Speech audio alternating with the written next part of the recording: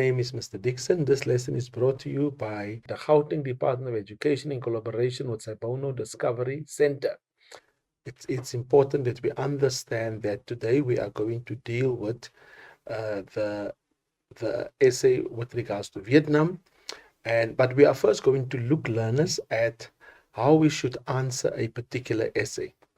Well, if you have your notepads ready, we can start immediately. Please take notes. Ensure that you are able to take notes of almost everything that I'm about to explain to you during the session. Let's start off. What are essay requirements basically? Take note that we need to understand that we are answering basically paper 1 and we are answering paper 2. In paper 1, we would basically have question 1, 2, and 3. That's our source-based questions. Then we would have our essay questions, which is 4, 5, and 6. Paper 2, same structure. 3 source-based questions, question 1, 2, and 3. The essay part, which is section B, the section B essay part is question 4, 5, and 6. But today we are dealing with paper 1, question 4. Take note, paper 1, question 4. And the theme of this essay, it is basically the extension of the Cold War. But we are first going to deal with what do you need in order for you to write a perfect essay within itself. Basically, the first thing that we need to look at when you view the screen, essay questions require learners to take a stance and to develop a relevant and coherent line of argument.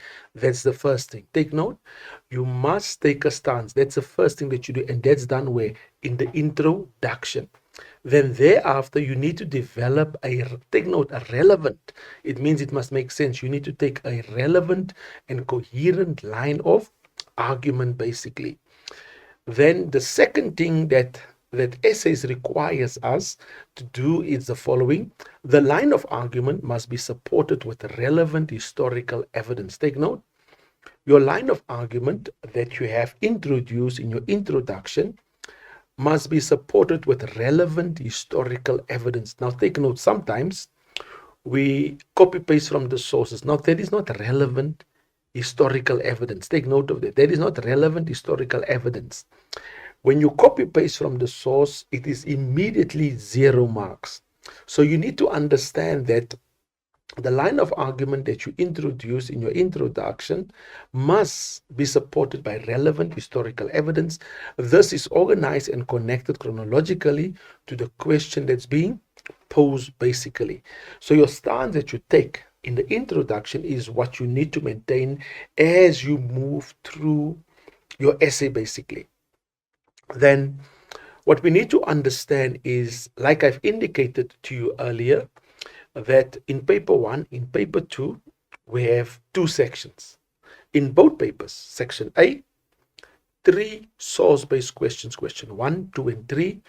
Then we have section B, which is the essay questions, and they start by question 4, 5, and 6. Like I've indicated, we are dealing with, on this session, we are dealing with Vietnam, basically. But the question 4, 5, and 6 can be asked in any of the orders that you see on the screen.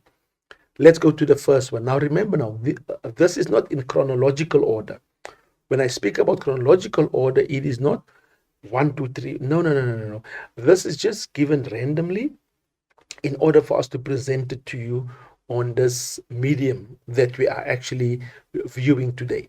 So let's look at the first one. The first one talks about critically discuss.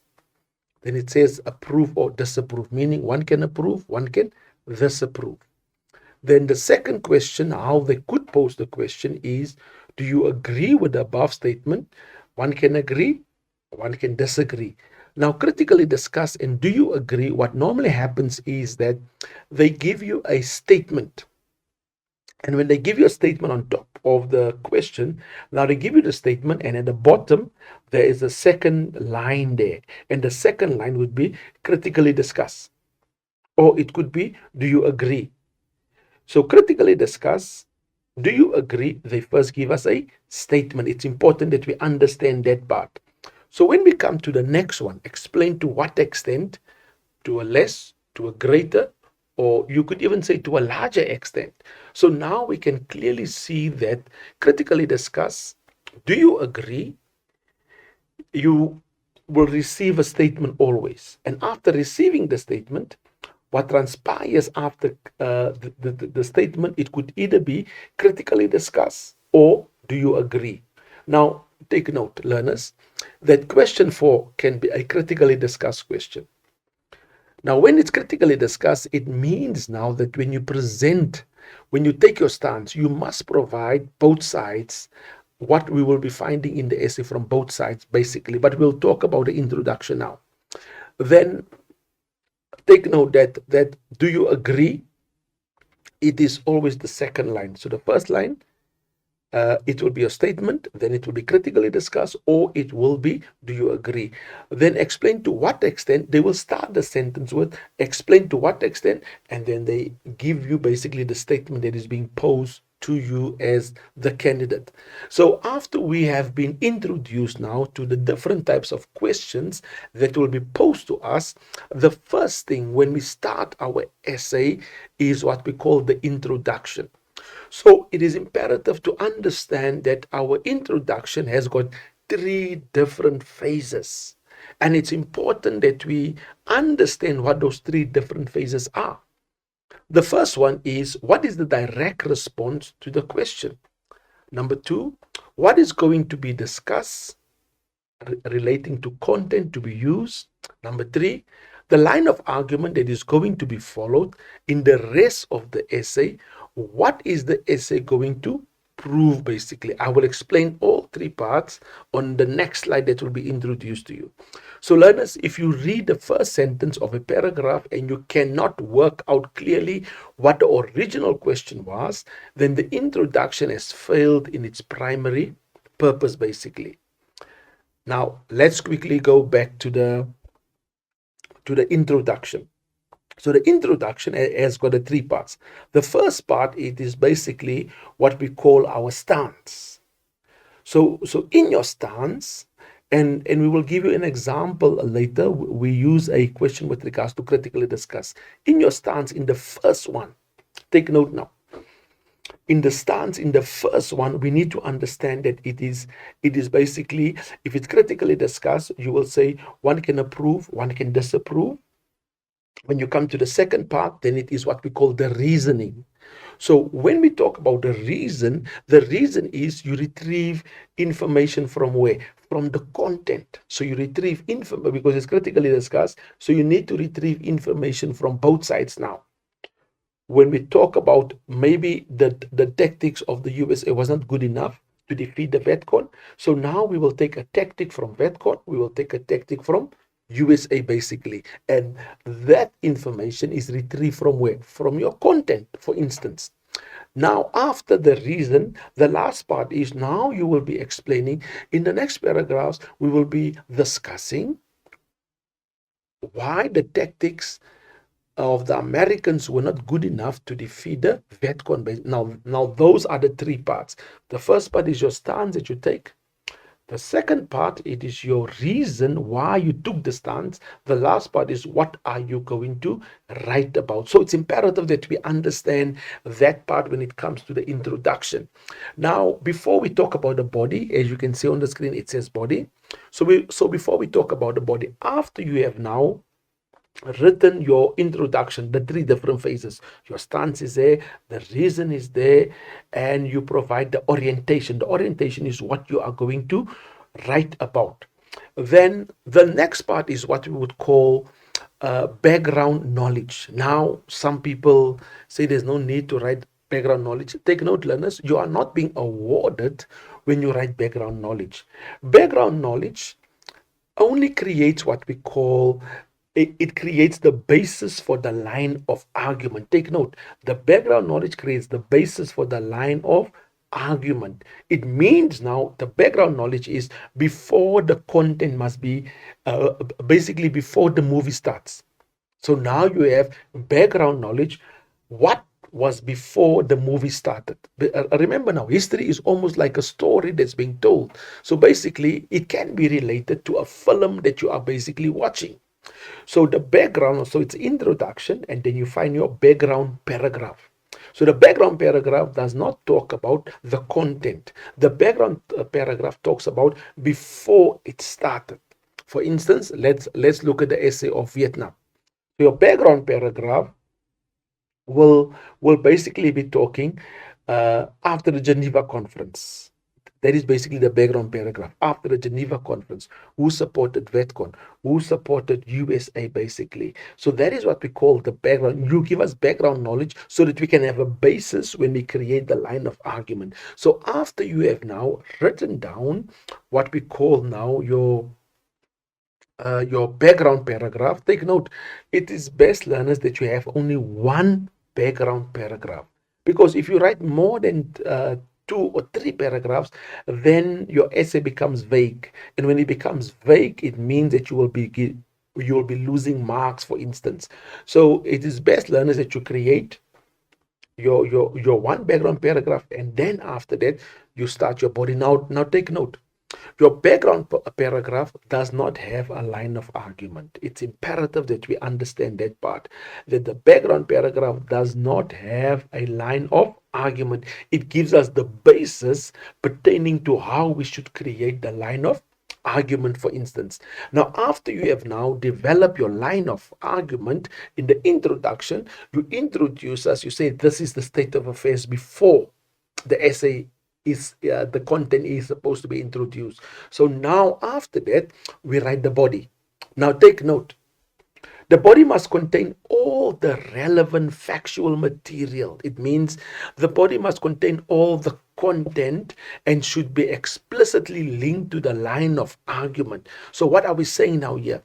Yes, introduction, you create the line of argument basically. Then you have your background paragraph. Then after the background paragraph, now your body, take note, but not all the content pertaining to the body. Now take note, it's either content or body, same thing basically. So your body or your content, it is basically where all the paragraphs will not be able to create a line of argument. Because why?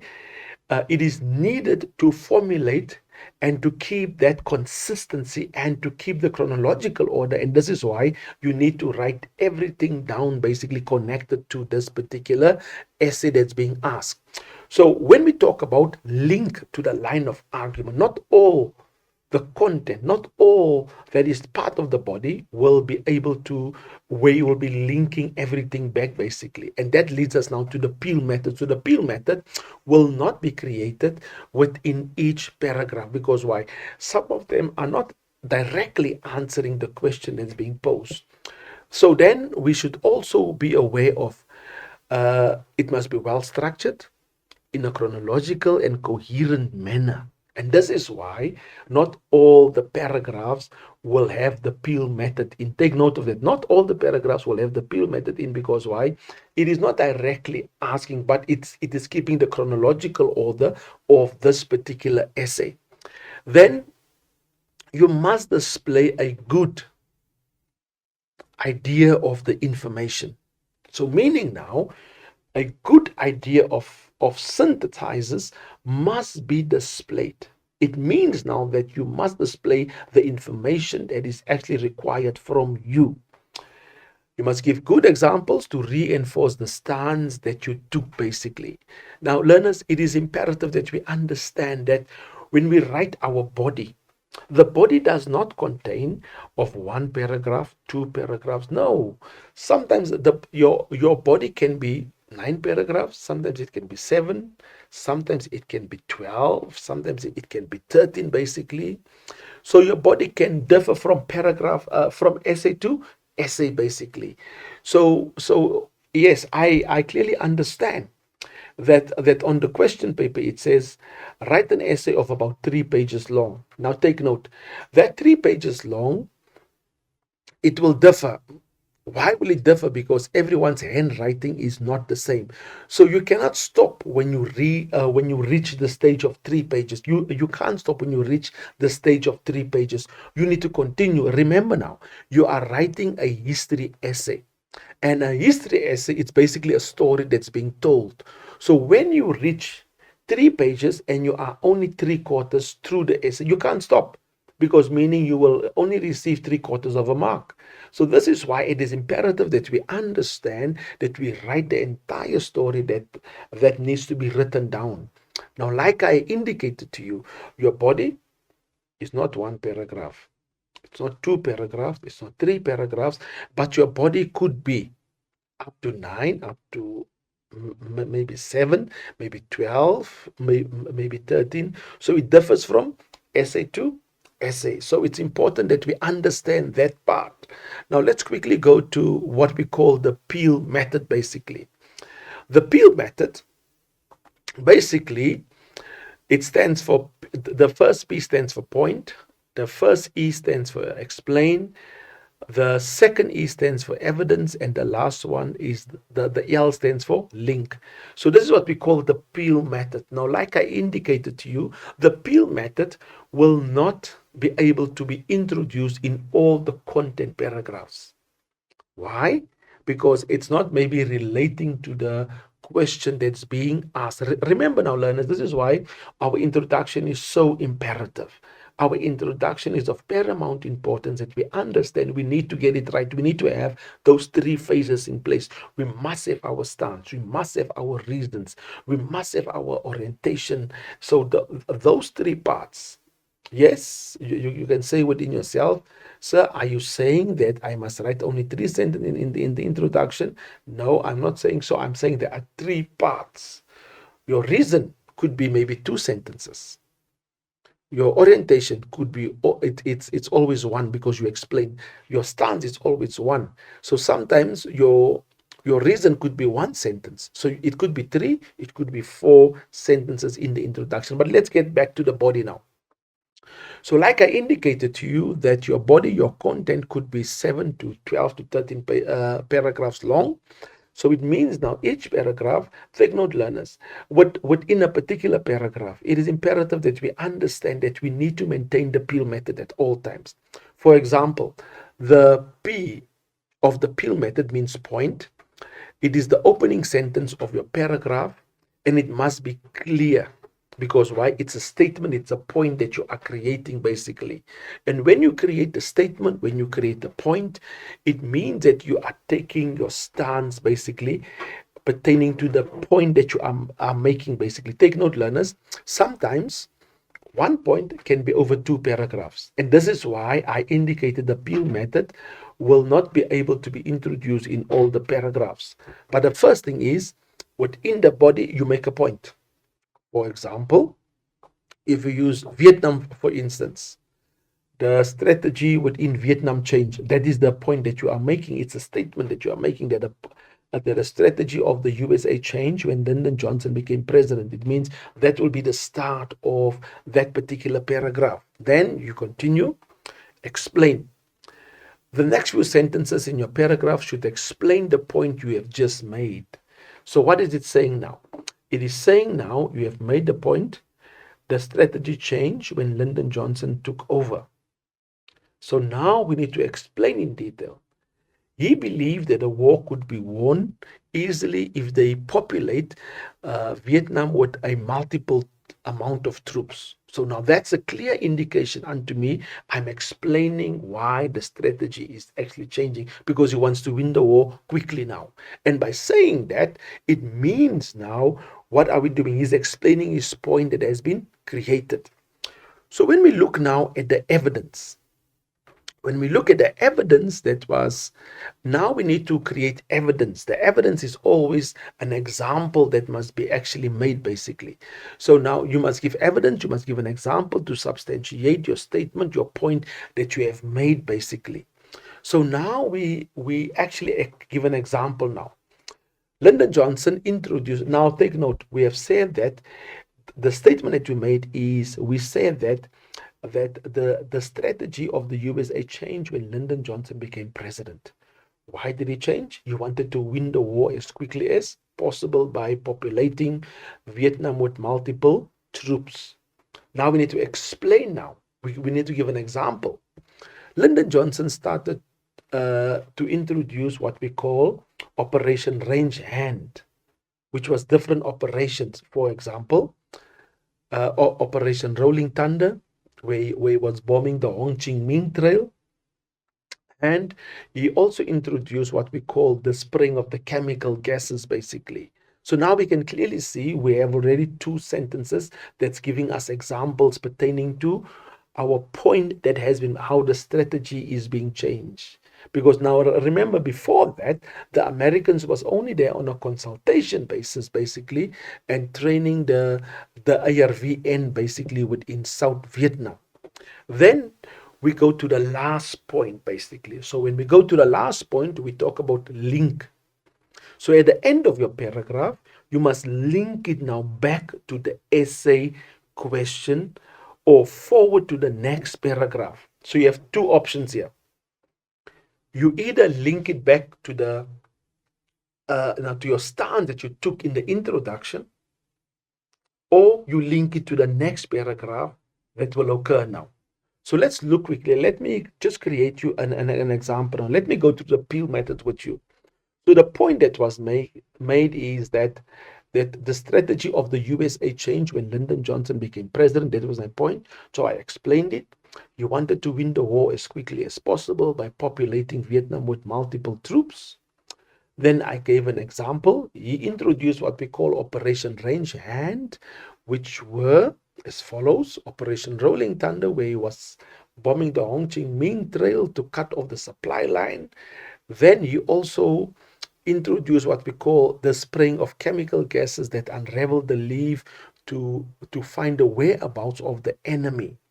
So now we can clearly see we have done the P, we have done the E, the second E we have done. So now we need to link it back. And the linking back part comes now. We are now going to either respond to the introduction, the stance that we took, or we are going to link it to the next paragraph. So in this case, we are going to link it back to the stance that we took. It could not deliver a knockout blow on the Vietcong. Because why?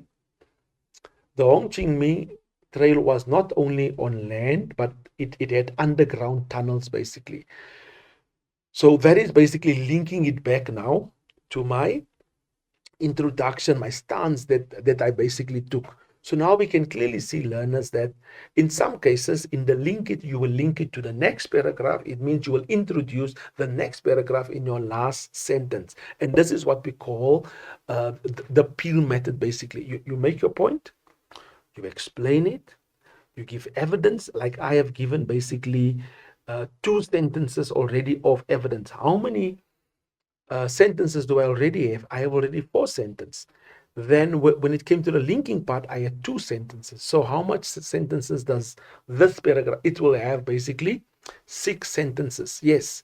So now we need to understand that our sentences, if we create a line of argument, it must maintain the Peel method within itself. As we go through, I will give an example and we will go through the rest also.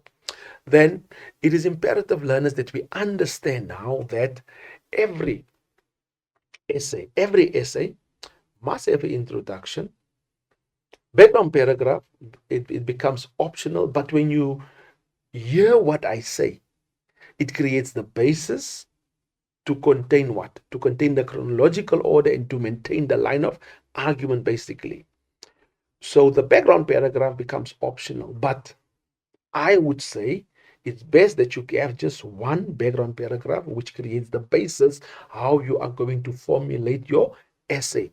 Then from the background paragraph, we move basically into the content. Now take note, I said that the content could be it could be 7 paragraphs, it could be 13, it could be 10, it could be 11, it could be maybe 15 paragraphs. So it's up to you basically how you have structured your paragraphs when you were studying, basically. Now take note now. In order to maintain the line of argument, you must introduce the Peel method, meaning point must be made, you must explain the point, you must give evidence, you must give an example, and you must link it either back, take note, to your statement, to your introduction stance that you took, or you must link it back to the next paragraph. So it's imperative, learners, that we understand that structure. So after your last paragraph of the intro of the content, now take note, it's introduction, one paragraph, background paragraph, one paragraph, then the content could be 7 to 8 to 9 paragraphs basically. Now, after the last paragraph of the content, you have what we call the conclusion paragraph.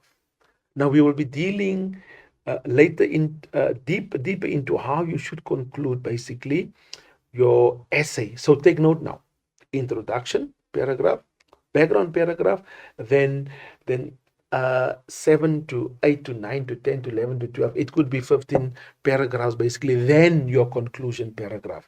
So once you have all the facts and there's a line of argument, you have your introduction perfectly done, the 3 different stages.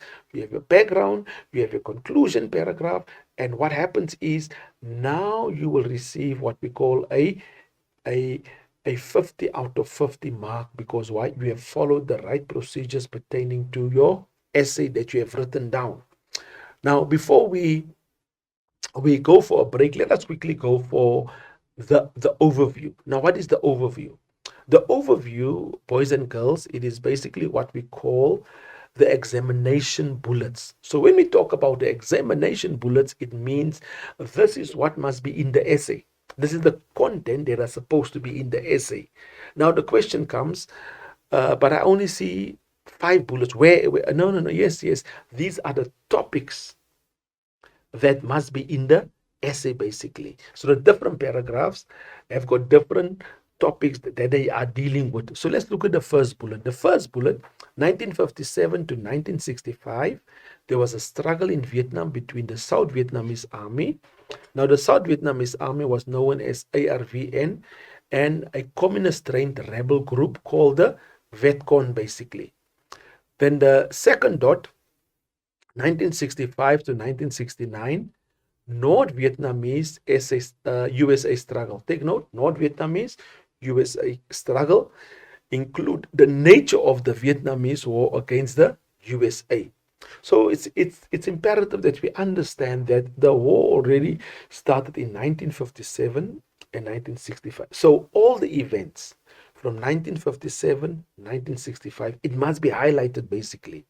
So yes, we have the subtopic, which is our first bullet, which is a subtopic of Vietnam basically. So it's a subtopic related to Vietnam. Then the second bullet, also a subtopic topic which regards to North Vietnamese USA struggle, and this is how we will be dealing with the essay according to these examination bullets.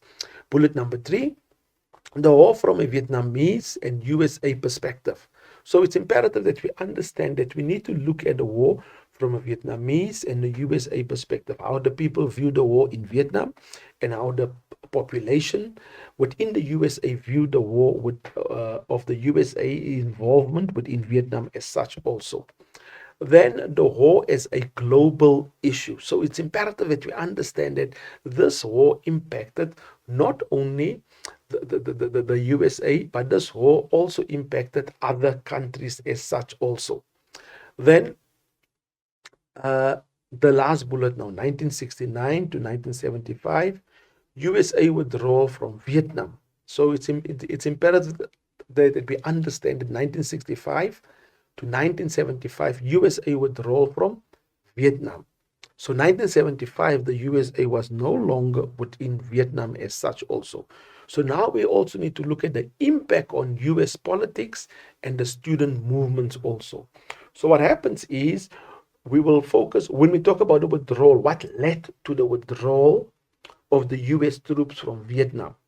So as you can see within bracket, it talks about USA politics. So the politics had an impact to the withdrawal of the US troops in Vietnam.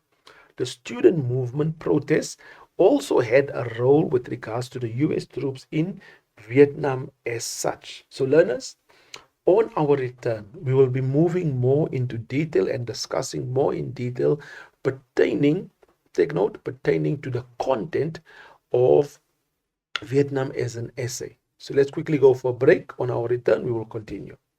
You have been given power to decide whether you want good results in your life, in your schoolwork, or you want bad results. As Tony Robbins said, it is in the moment of your decision that your destiny is shaped. And your destiny is shaped right now with the decisions that you are currently making in your schoolwork. So decide whether you want to be an A student and start working on it, because there is power inside of you. The infinite power is inside of you, and the time you decide to tap in that power, you will become who you want to become in your schoolwork. Good day, learners. Welcome to today's history lesson. My name is Mr. Dixon. We are going to move into the next phase of this session, and which is now the essay content. Basically, we dealt with the examination bullets, the overview, what we should know pertaining to the Vietnam essay. Now you can see on the screen there is a question being posed. Now remember what I said to you, that essays are asked in 3 different ways. One of the ways could be critically discuss, do you agree? And I indicated to you that critically discussing, do you agree? There's a statement on top always. So now you can clearly see the statement that's being provided. And the second line is critically discuss. So let me just read the statement so that we can see. All the military might of a superpower could not defeat a small nation of peasants, basically. So now in your mind, you might be thinking, but this thing doesn't ask us about Vietnam. So how am I going to write? No, that's a question being posed. So now the question starts. Critically discuss this statement in light of the United States of America's involvement in Vietnam between 1965 and 1975. Now the question comes, but sir, in the examination bullets, you said that the war basically started in 1957. Yes, that was the foundation phases of the war, but it was not the initial start. Basically, the war actually, the USA got fully involved in the war after after a military ship was torpedoed by one of the North Vietnamese ships, basically. Then the question continues. Use relevant examples to support your answer. Now learners, you cannot rewrite the sources. There is 0 marks. You can't read. You must go and study your essays. You must go and read through it, study it, write it over, use different types of questions, and then you answer your introduction, then you write down the content. The more you write it, the more it becomes like normal unto you, basically. Now let's move into the content. Now, before we go into the content, let's look at the introduction of this particular essay that we are going to deal with. Take note. Remember what I said to you. I said to you that every essay has got 3 parts. The first part is what you would call the stance that we are taking. So we are taking a stance, basically. And remember now, we said after the stance, the second part is the reason why you took the stance. The last part is we are going to inform you what we are going to write about. That is the last part. And remember now what I said now. I said that your stance is 1 sentence. The reason could be 2 when it's critically discussed, 2, or sometimes, do you agree, it could be 2.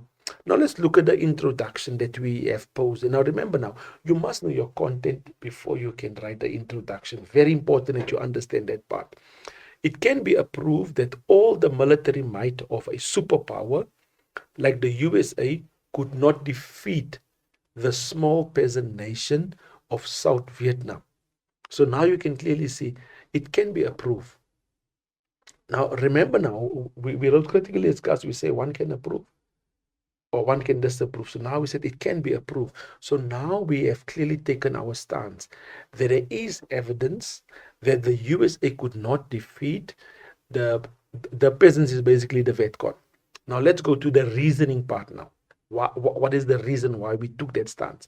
Even though the USA had superior military might, they failed to win the support of the Vietnamese people and underestimated the combat techniques. So now we can clearly see, now this is the part from the USA. Now we go to the Vietcong's part.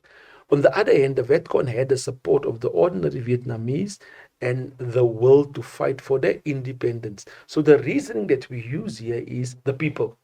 the involvement of the people. But we took now a part from the US, we exposed the part from the US why they could not defeat them, and we took from the VETCON the people, how the people supported them, and and that gave us now the reason why the USA could not defeat them. So now we go to the last part. The last part is this essay will critically discuss how USA as a superpower could not defeat a small nation like Vietnam between 1965 and 1975. So we are going to talk about how USA could not defeat the VETCON basically. And that is now, learners, we can clearly see this is now answering the question. So our stance has been created. We took the now we introduced reason. We told you now this is what we are going to do. So then you start now what we call with your basically with your background paragraph. So now we can clearly basically see that this is information pertaining to the background paragraph. But where thus the background paragraph starts basically? It starts basically, look, the French was involved also. So we're not going to talk about the French. It's important that we understand the French is way out. So we are not going to talk about the French. Where does the background paragraph start? By the Geneva Conference. At the Geneva Conference, Vietnam was divided into North and South Vietnam basically. North, communists, who was the leader? Ho Chi Minh. South, capitalists, who was the leader? Nong Dinh Diem. So now we can clearly, now we have the basis, now we have a background. This is why it's called a background. Why there was a war within Vietnam? Because why? North, communists, South, capitalists. The leader within the South was extremely corrupt. And because he was corrupt, he promised there would be elections. There was no elections. So within the South, there was what we call a rebel group. Like in South Africa, the ANC was classified as a rebel group, basically as terrorists. So there was a rebel group within the South, and the name of the rebel group was called National Liberation Front. And that rebel group had what we call a military wing. Like the ANC had a military wing, and what was the name of the military wing of the ANC? Umkhonto Sizwe. And because the ANC had now this military wing, the National Liberation Front's military wing was called VETCON. So learners, you can clearly see, I'm just giving you a background why certain things were done.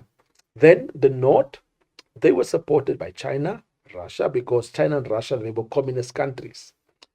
Then the South, they were supported by the USA. So now it's a clear, all the countries pertaining to capitalism supported the South. All the countries pertaining to the North supported North Vietnam, basically. Then we move over now to the next step. The VETCON, they receive money, they receive weapons, they receive different types of things to ensure that they become effective with regards to the war within Vietnam as a country as such. The VETCON, because of the support, the financial support, the infrastructure that they got, they built infrastructure for the farmers, they built schools for them, they built houses for them, and they helped them with regards to the agricultural side as such also. So that now, basically now, it concludes basically what we say the background paragraph.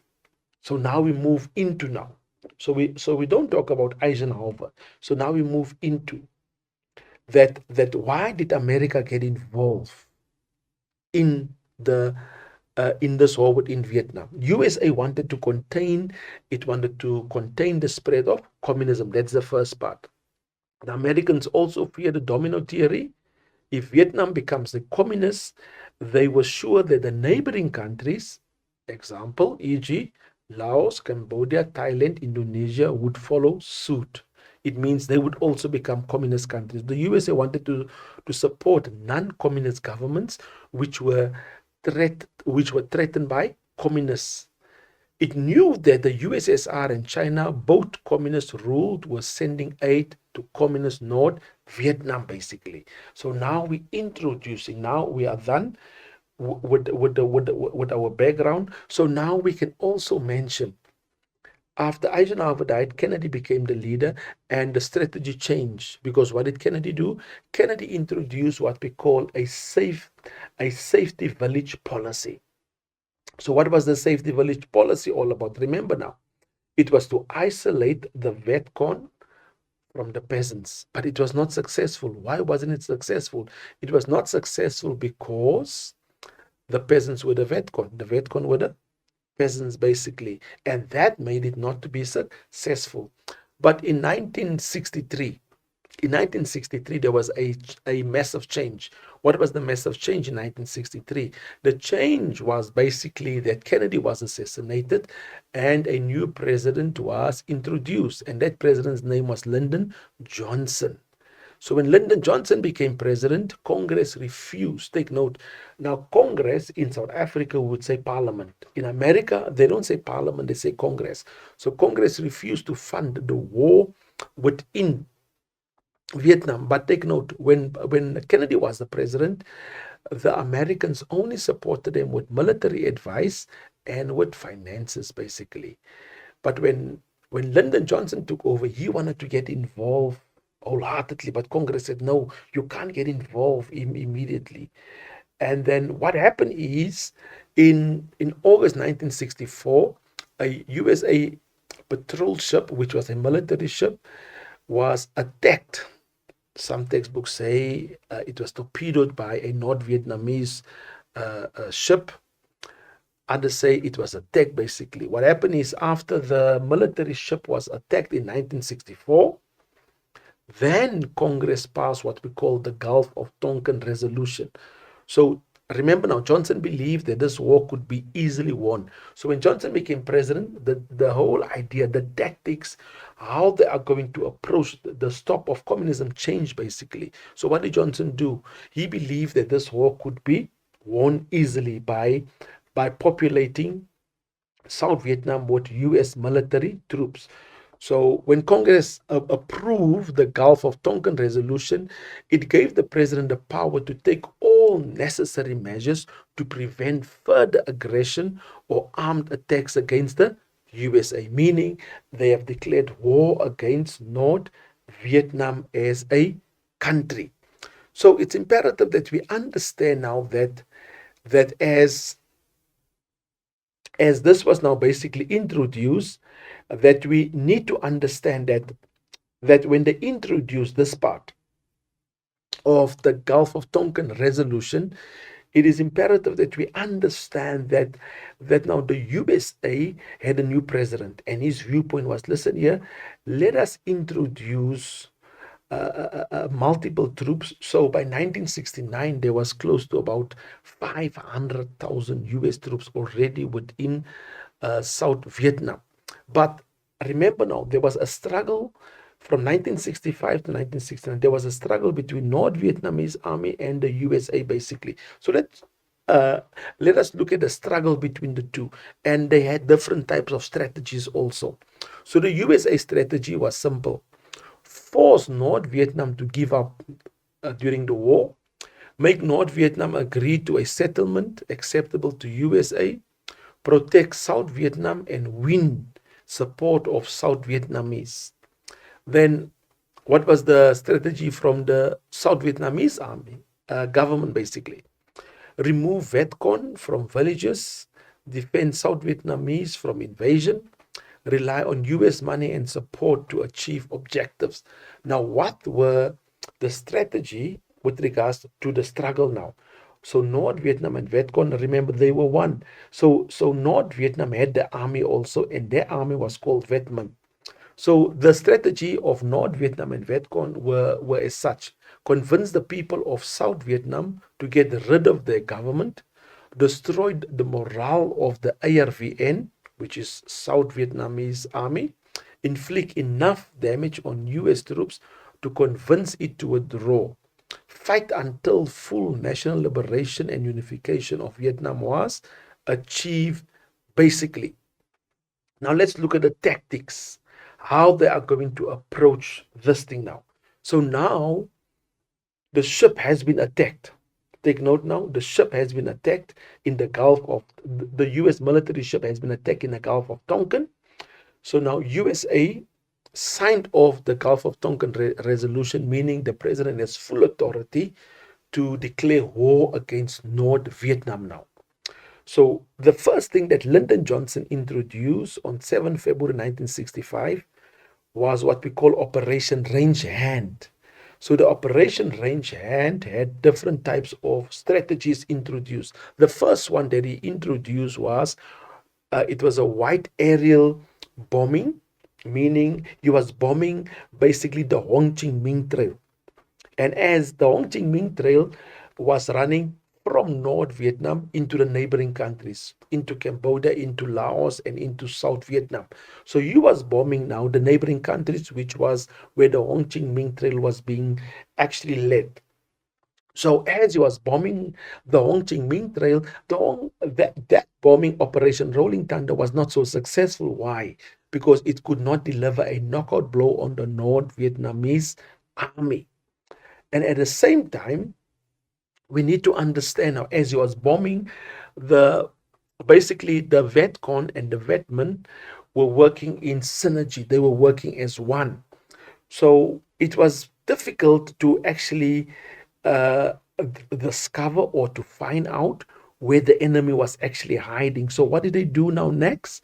After the Ho Chi Minh Trail was bombed, they introduced what they call the spraying of chemical gases, basically. So now they were spraying chemical gases on the forest, and that was now Agent Orange and Maple gas, basically. So they sprayed it on the leaves, basically on the forest, and it unraveled the leaves. And when the leaves were unraveled, this is what happened now.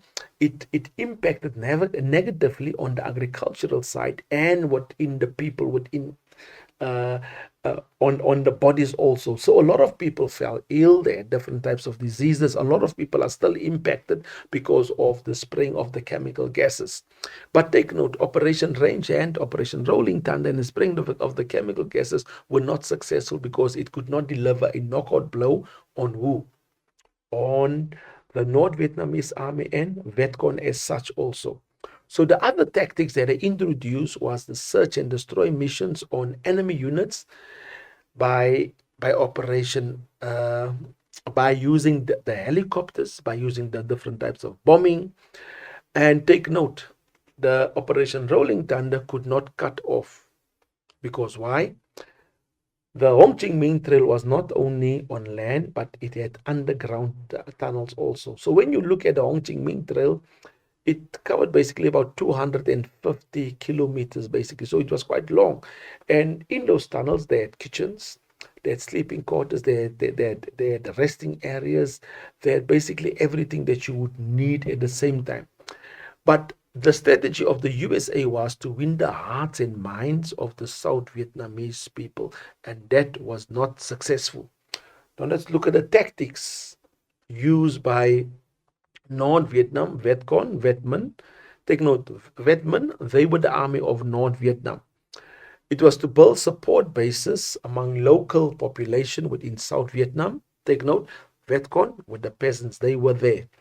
Avoid open battles with enemy, use of guerrilla tactics, for examples, hit and run, booby traps, ambushes, mines, attack at night when the enemy was sleeping, use local population to gather information about troop movements. Take note now, 31st January 1968, the VETCON launched an attack on over 100 towns and cities in South Vietnam, and this was now what we call the Tet Offense. Now take note, learners, now. It will be your paragraph where you introduce Operation Rolling Thunder, and you explain in detail what the Operation Rolling Thunder and the chemical gases were all about. And then the next paragraph, you go now into the Tet Offense. So when you look quickly now, what were the Tet Offense all about? It is imperative, learners, that we understand that the Tet Offense basically, it was basically what we call a religious festival. During that time, it is imperative that we understand that this was now at the end of January. And suddenly there was a a huge amount of funerals. Now take note, they were celebrating the new year basically. So when you celebrate the new year, it means you are moving into a new year. You are leaving the old year behind. And what transpired here is there was a huge amount of funerals that was being launched at that point in time. And like it was introduced, one of the tactics is that the plan was to attack 100 cities within South Vietnam at once during that time. So they used the coffins. They were placing weapons in the coffins, and that's how they attack. So so basically, the Vietcong attacked the enemy, which were the American soldiers and the Vietman base now and the ARVN. So the American soldiers and the ARVN, those were the people that were targets basically for the Vietcong and the Vietman. Now take note, it could not also deliver a knockout blow, but what it created was fear within the hearts of the US soldiers as such also. As you can see on the screen, it has created fear within the hearts of the US soldiers. Some historians now argue that this offense was a disaster for the Vietcong, and that after the Tet offense, it was largely that the North Vietnamese army which led the struggle in South Vietnam, meaning now the Tet offense led to the Vietcong becoming defeated almost. So who took over from them? Vietman. And remember now that Vietman, they were the army of North Vietnam basically. Then the US also claimed that the US victory, uh, basically it was not such as a victory, but it didn't deliver a knockout blow. But what is important is that during the Tet offense, the Vietcong now occupied, they took over basically the US embassy, but that was only for a couple of hours, because after that the USA troop came and they removed the Vietcong from the embassy also. So this now, remember now, this was the first war that was live on television, and it was live on television. So one of the presenters said, "What the hell is going on here? I thought we were winning the war, but it was not so." So it means now that the USA were basically on a down spiral. And this is why we had to discuss the tactics that was introduced by the USA, which was more conventional, and the tactics used by North Vietnam was unconventional. It was not normal because it was guerrilla tactics, it was booby traps, it was ambushes. So what created fear within the hearts of the US soldiers was the Tet offense. Because remember now, the US soldiers, they were young and they were inexperienced and they were not used to the environment, and that created a lot of fear within the hearts of the US soldiers. So when we look further into the tactics that was implemented by the Vietcong, like I introduced, they were hit and running, and they used and they were fighting as guerrillas basically in small units. So the Vietcong moved around basically 5, 6, 10 people, not in huge numbers, and they avoid face to face. Why? Because they were not ready to fight a conventional way of fighting basically. The Vietcong use during the guerrilla attacks, they use ambushes, they planted mines. So when we talk about mines, we're basically talking about land mines and booby traps. The booby traps, it was lines. It was a line that was basically fastened from the one tree to the other tree.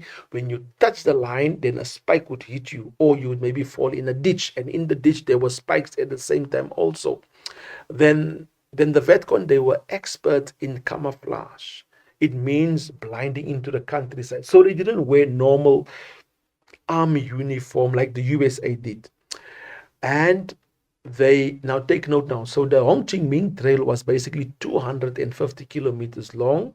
And this is where they were hiding. Basically, like I said earlier, it had kitchens, it had a storage place to store weapons, it had a hospital, it had sleeping quarters at the same time also.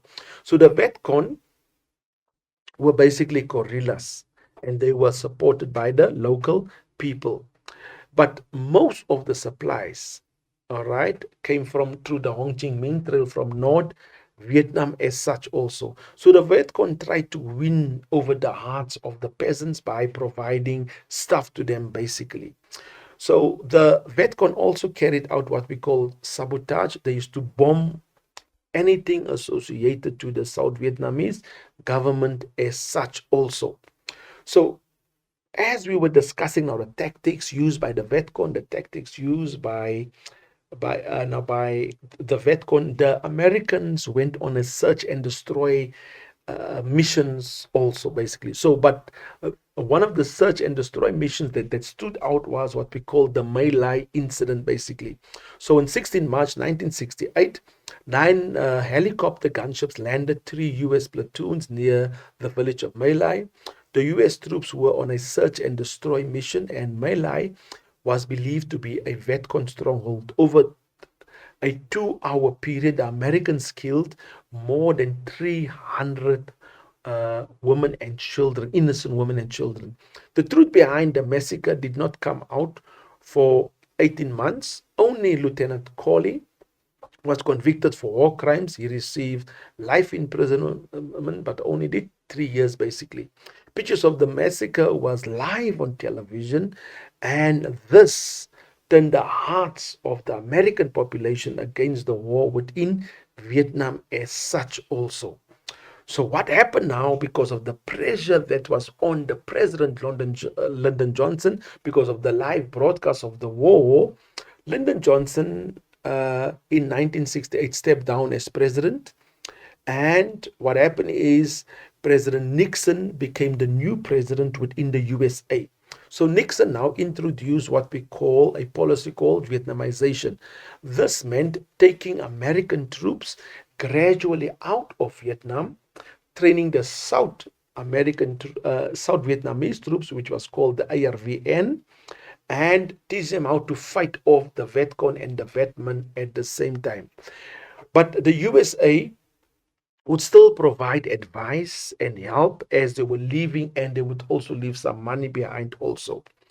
But Nixon also continued with peace talks between North Vietnam and South Vietnam as such also. But he continued bombing the neighboring countries, Cambodia, Laos, and the other countries surrounding them also. So what was the impact of the war within Vietnam as a country? Many villages and communities were destroyed during the fighting.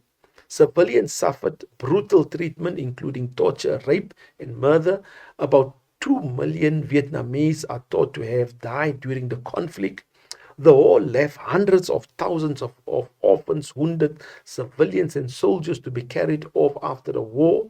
The economic effects of the war were devastating. Fields, animals, crops, and this has got to do with the agricultural side, were destroyed, making a poor country even much poorer. The Vietnamese were soon unable to feed their own population.